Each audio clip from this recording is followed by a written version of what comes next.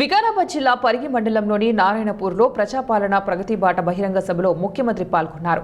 ప్రజలను ఉద్దేశించి ముఖ్యమంత్రి మాట్లాడుతూ జిల్లాకు నీటి సౌకర్యాన్ని కల్పించే అవసరం ఉందన్నారు. ఉమ్మడి రంగారెడ్డి జిల్లాలో కోట్ల రూపాయలు జిల్లాకు గోదావరి నీటిని ఖచ్చితంగా తీసుకువస్తానని మంత్రి హామీ ఇచ్చారు. కాగా నది ప్రాజెక్టు నిర్మాణం గావించి తాండూరు ప్రాంత ప్రజలకు నీటి సౌకర్యాన్ని కల్పించామని తెలిపారు. ఎన్ని కోట్ల నిధులు కావాలంటే అన్ని నిధులను వెచ్చించి రోడ్ల నిర్మాణ పనులను చేపడతామన్నారు. మున్సిపాలిటీలలో మీ వాళ్ళే కౌన్సిలర్లు చైర్మన్లు ఉన్నారు.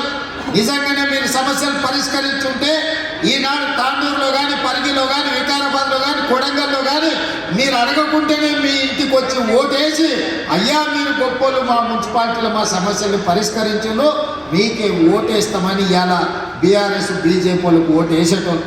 నిజంగానే కేసీఆర్ గారు నిధులు ఇచ్చి నరేంద్ర మోడీ గారు నిధులు తెచ్చి ఈ మున్సిపాలిటీలను అభివృద్ధి చేసి ఉంటే ఇవాళ ఇల్లు తిరిగి వంగి దండాలు పెట్టాల్సిన పరిస్థితి బీజేపీకి బీఆర్ఎస్కు దాపురించేది కాదు.